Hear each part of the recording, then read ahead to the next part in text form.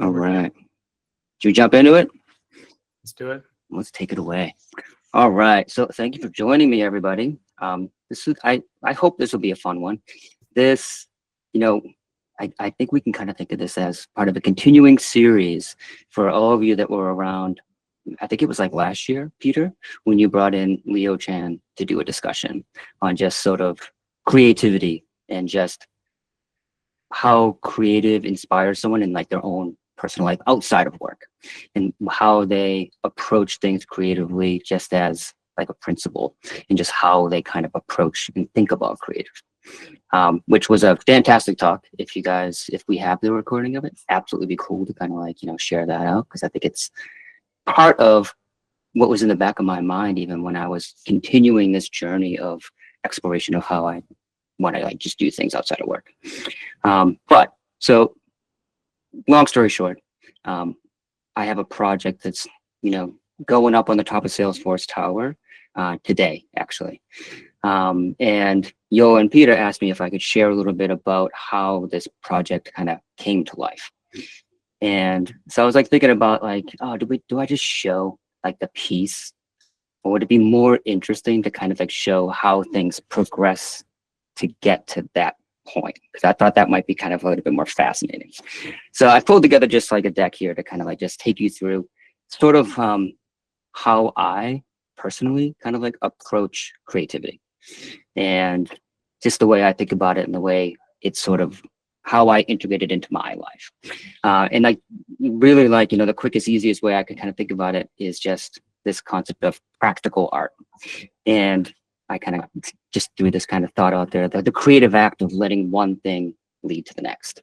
And in many ways, that's a lot of how I think and how I work and how I create, where one idea gets really exciting, really interesting, and you just keep pulling on that thread of curiosity, of just letting one thing kind of lead you to be intrigued and interested and curious about the next thing. So where can one thing inspire you? Where, how can it be useful? How can it be practical? And be like, okay, that's cool. And then how does it go into the next thing? And so I think for a lot of creatives, especially a lot of digital creatives, we spend so much time just on the computer creating digital creations. And especially for like a lot of the stuff that we do, it's like, it's so ephemeral. It lives for a moment and then it's gone. And then a lot of times it's just not contributing anymore. It's not part of anything anymore. It's just gone. It's just kind of disappears into the ether and you do the next one. And so for me, I've always been a very physical creative, collaborative creative. I come from like a life of like my family were print producers from the newspaper industry, and my family was on the print production side. We're very tactile people that create things that we hope will live on as artifacts of things that we've made. And so in my personal life, I think about that a lot. And so I always try to have like this balance of, yes, I'm doing a lot of digital creative stuff, but I want to create things that live in this world, live in the physical real world in order to kind of have that balance, right? And so it's like, you spend all day creating online and creating in these all digital stuff. And then at the end of the day, you close your computer and it's gone. But if you start creating real things, they live with you, they sit with you. And so I started doing a ton of like woodworking. And a big part of that process was me just thinking about, I want to be creating things that other people can enjoy and that I can share with other people and that can be my contribution like to the world around me, but also be useful. Right. And so I started just like making a ton of stuff. Right. So we moved into a new place, bought a home a while back, and I started, instead of buying furniture, I just started making the furniture. And instead of just making the furniture, I wanted to make furniture that I wanted to see and that I could enjoy and that, my wife and my friends and family could enjoy.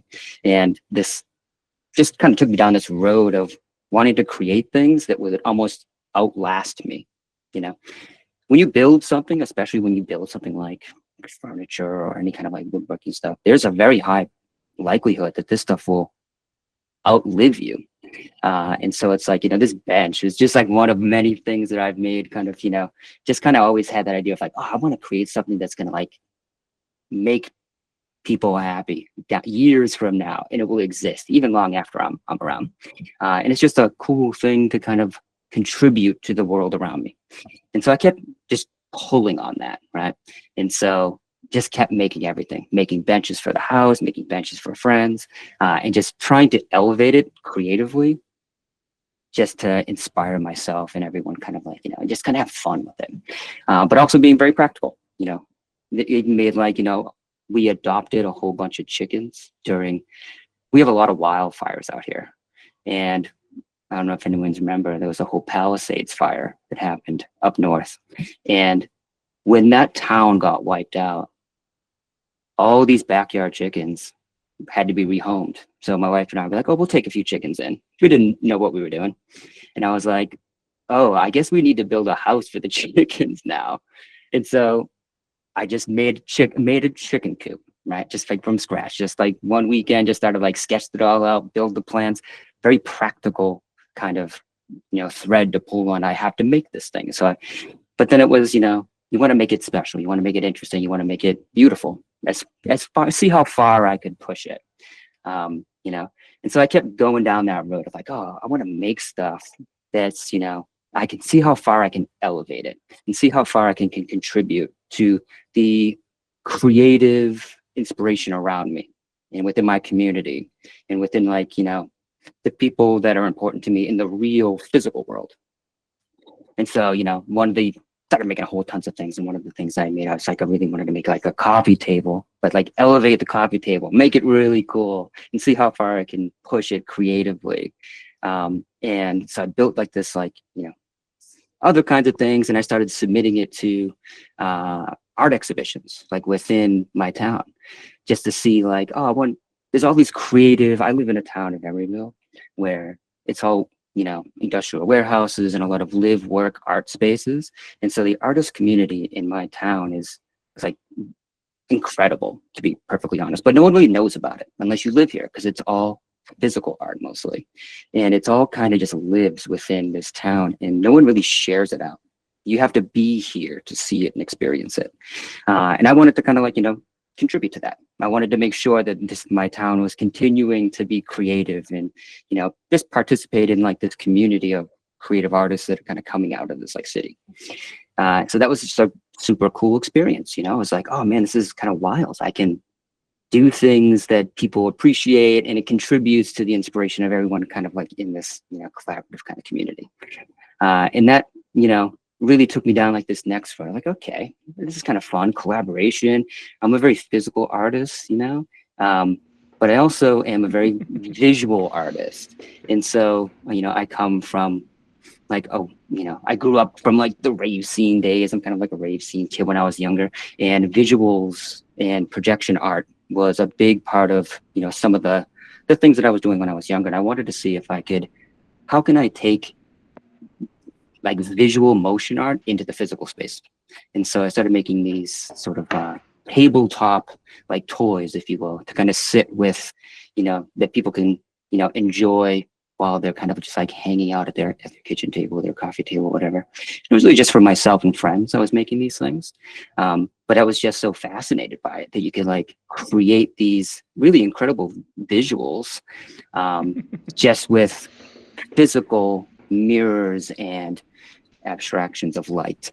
And I wanted to see like how far I could push this, how far can you push practical art without any digital effects, without any kind of computer effects, and just seeing how beautiful the real physical world can be around us, and seeing it through this kind of like new way. And so I started making all these like little handheld kaleidoscopes and putting them around into all the public gardens and like just places around town so that people could just randomly find them and enjoy looking through these things and just kind of have like these moments of creative discovery. Like, oh, wow, this is like, I'm seeing this beautiful world around me just so unexpectedly. And you get to appreciate like the physical beauty of the real world. So that was kind of like fun, right? So I was like doing these things and just kind of dropping them around secretly, just kind of like this like rogue little art project, contributing again to like, the creative kind of sense of the community. So that was like a lot of fun.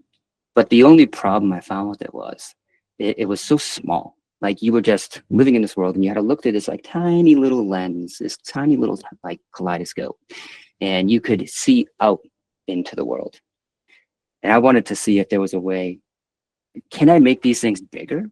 Can I make them like so large and so immersive that instead of me looking out at the world, I wanted to see if I could have the world looking back in. And so I just made the next size, like make this kaleidoscope as large as I possibly could. And instead of looking, again, like looking out through it, let's see if I can have the kaleidoscope look in. So I created this whole kind of rig where you can create this super immersive sort of experience. And I just didn't know where I was taking it, just kind of like following this thread. And once I started doing this, I was kind of like in shock. I was like, oh man, like I think I'm onto something. I think this is kind of fun. And so some of the first pieces I was doing just felt totally engaging, from like taking that physical, real, grounded reality and seeing how far I could push that into an immersive visual experience. And so it started looking like this. And I'll show you a few of these.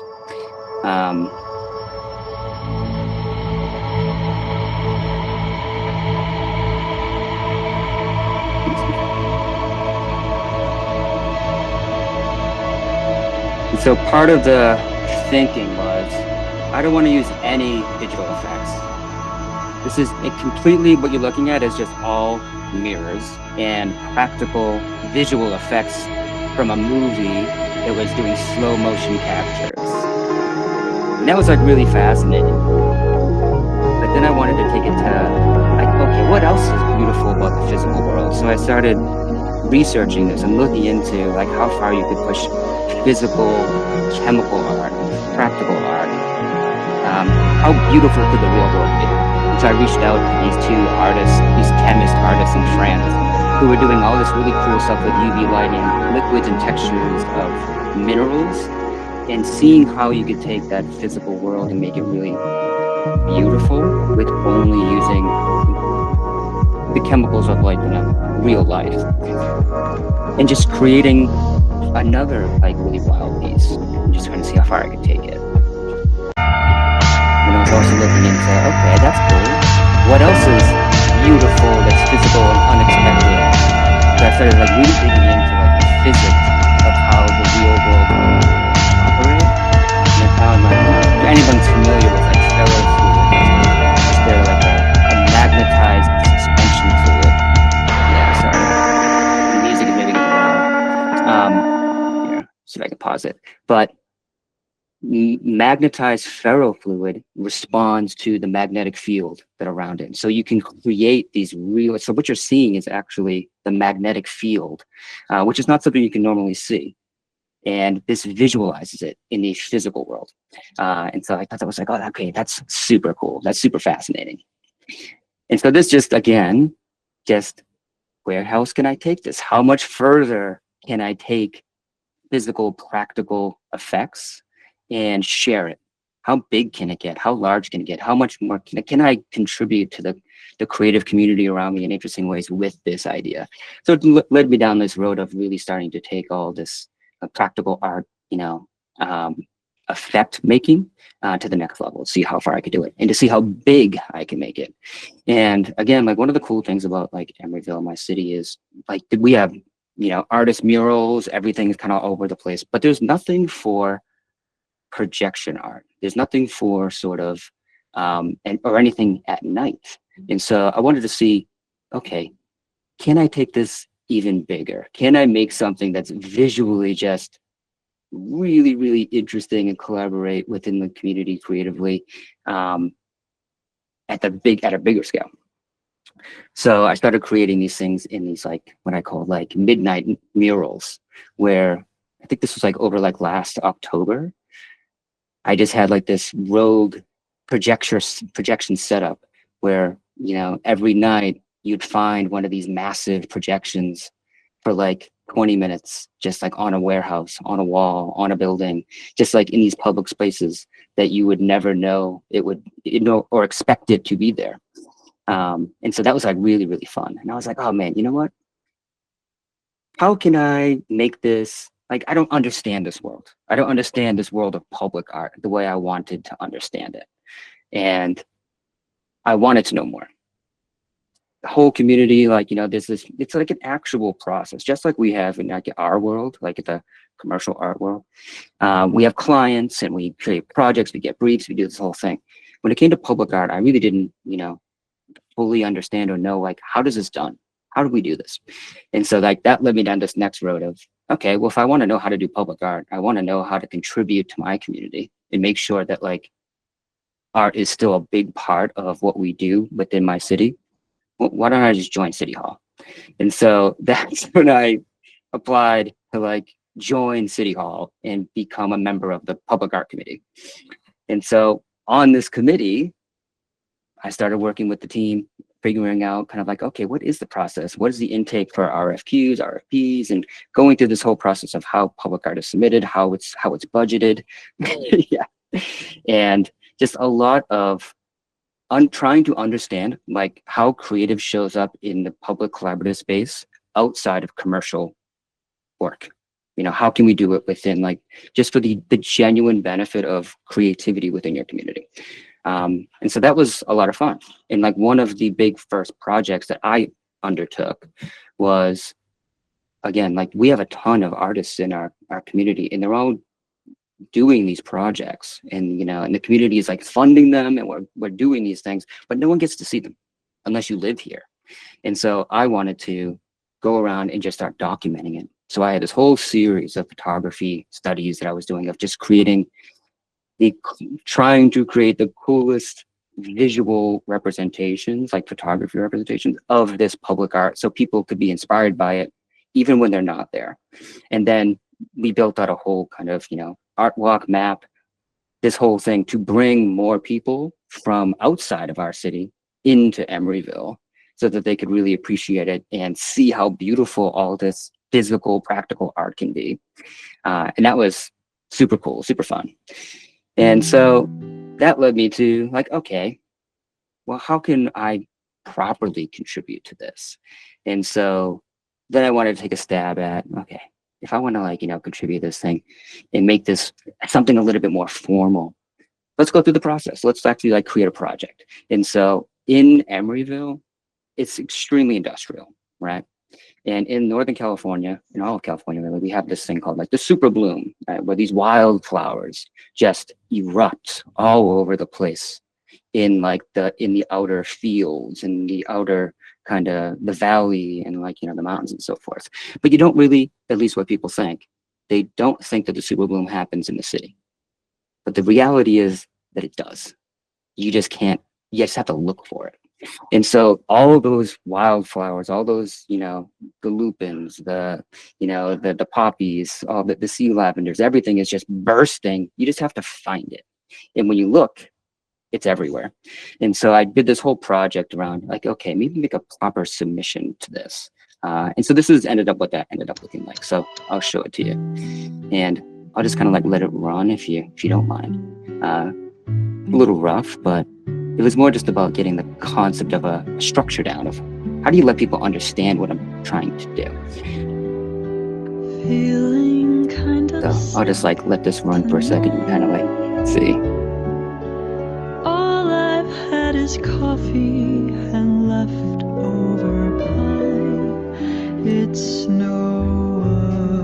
So in Emeryville, we don't have any place for projection art, digital art, motion art. And so I wanted to kind of brought the bench in. Still you take up all my mind. So what was cool though was to showcase the structure of like what the project is and how it comes together, and so they can kind of understand it.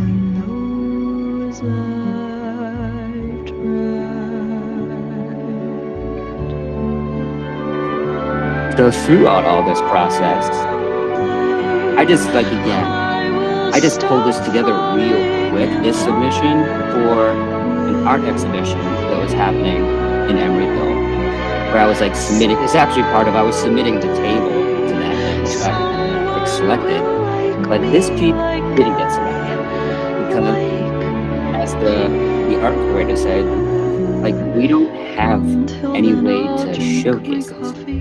Like, we don't understand how to create this for the public in any way in Emeryville. And I was like, oh man. Of course I'll let you break my heart. So at the end of the day, they were like, this is a really interesting concept, and it's not something that we actively know how to showcase within our city, because it's just no infrastructure for it. There's no way to kind of like display it. There's no way to kind of show it, no way to share it, like officially. So I thought, okay, well, who does know how to do that? And so that led me to like kind of just thinking about, okay, if it's can't be here, could it be even bigger to share with the community? Can I share this visually with as many people as possible at the largest scale with someone who is set up to do something like this? And so that led me to this.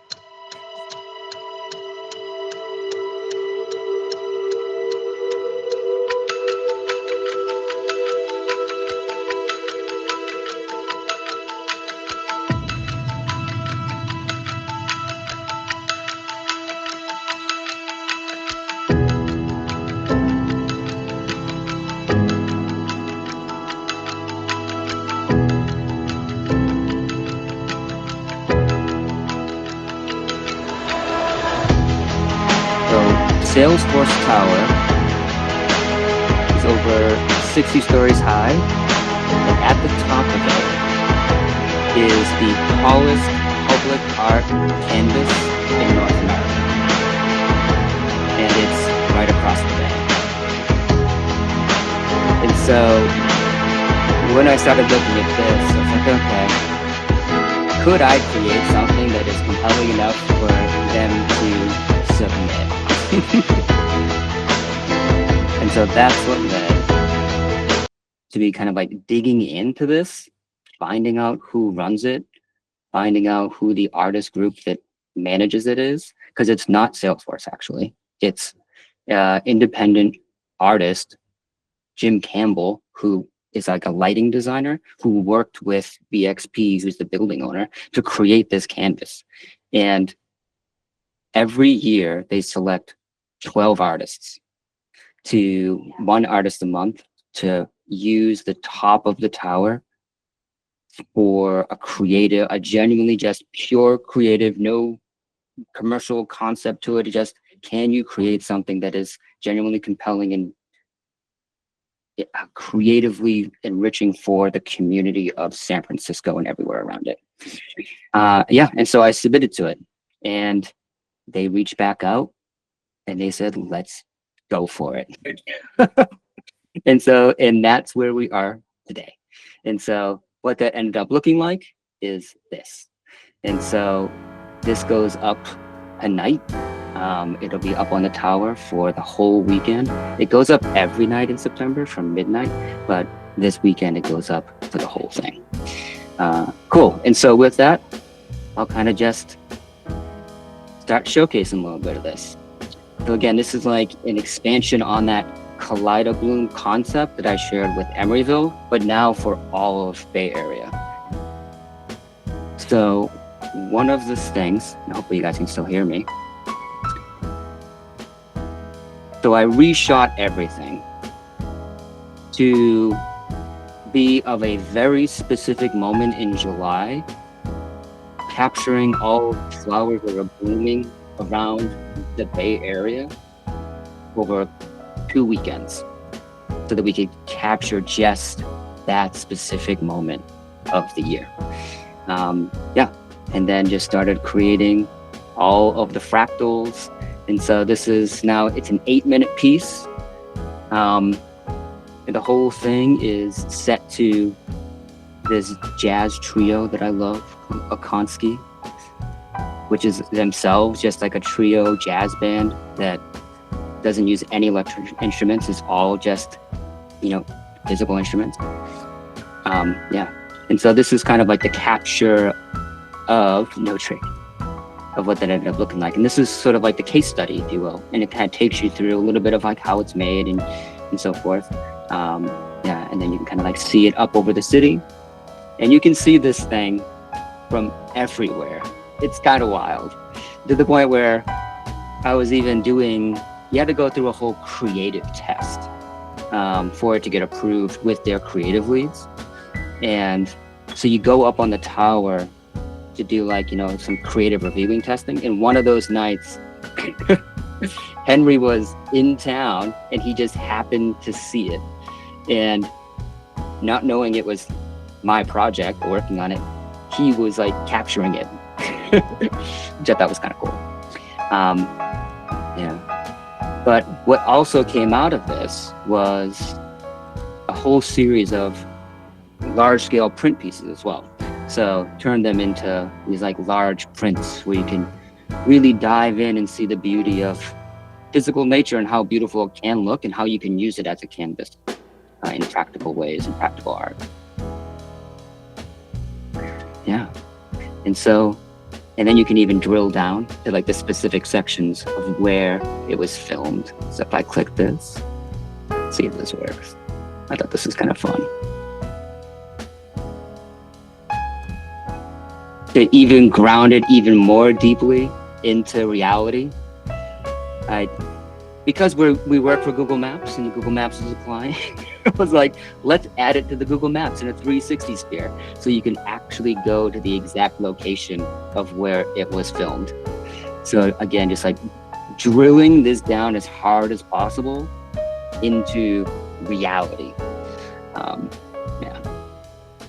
And so with that, why don't we check this out? And then this is the final piece. And let's see here. And if you'll entertain me for it, it's 8 minutes. If people are cool, we can watch it. Is that cool? People want to see it? Okay, I don't want to like drag it out any longer than it needs to be, but it is kind of fun if you want to see it. So Absolutely. all right, so I'm just gonna like step back. I'm gonna hit play, and we can just kind of chill out and just see the beauty of San Francisco. Pretty much. Here we go.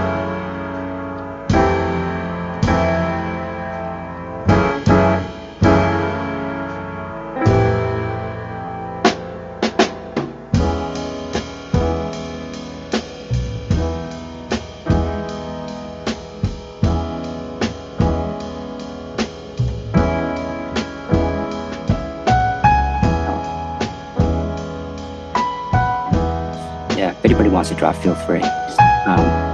But you're seeing it in widescreen because this is a full 360-degree wrap around the whole tower.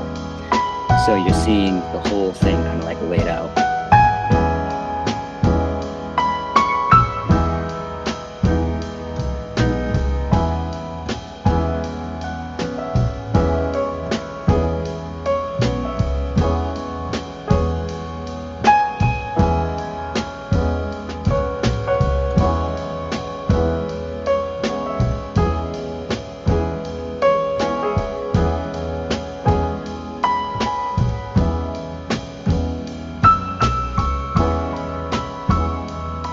If anybody has questions, comments, things you're curious about, feel free to ask while we just hang out and chill. I'll just add,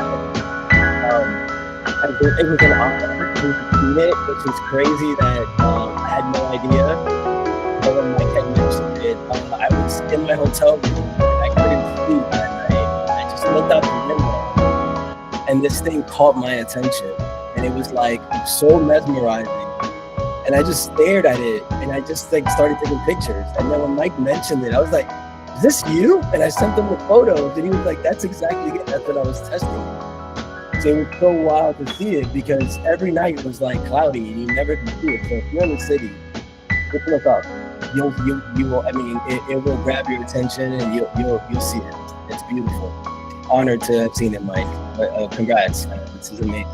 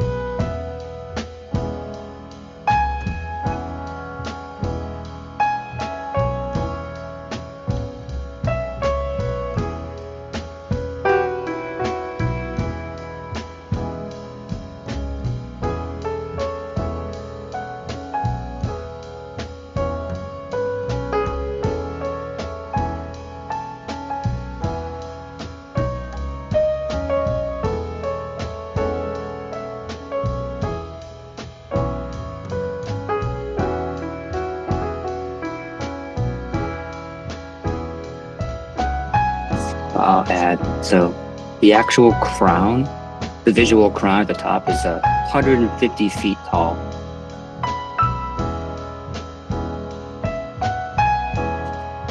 So you can imagine this as 150 feet high if you're looking at it. It's kind of wild.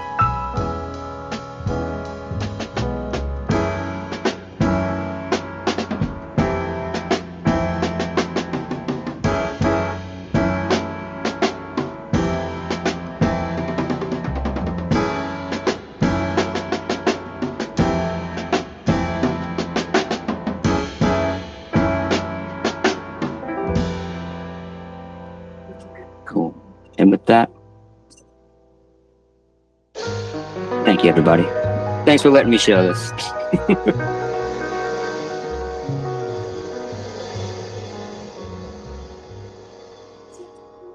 All right. Thanks, everyone. That was beautiful, Mike.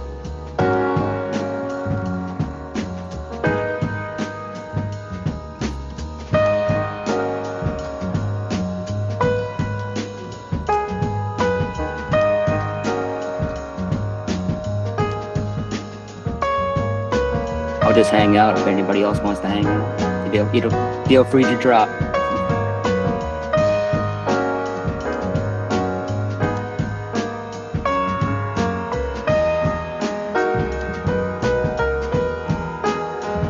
Mushroom tea.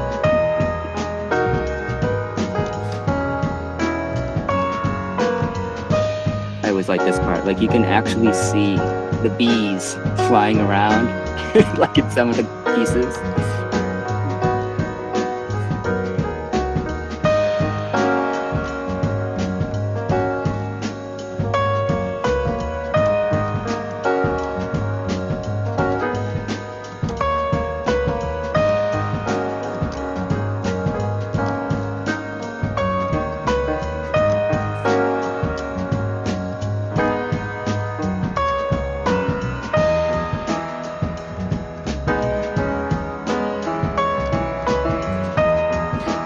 Like part of like how I'm thinking to like extend this project. So this is capturing specifically July in San Francisco Bay Area. And so I was thinking, oh, I should go capture like a specific moment in other biomes, like go to New England and like capture New England, like specifically like in late September type of thing. Or go to, you know, the desert and capture like the desert specifically in that moment, or go to like the Rockies and capture that moment. Like I think there's like a lot of fun ways that you can expand upon this concept. But the thing that like really just strikes me is like Bay Area, if you really just stop and look at it, is stunning. Like there's so much stunning nature here. Like our weeds, the weeds are hobbies. Like, how insane is that?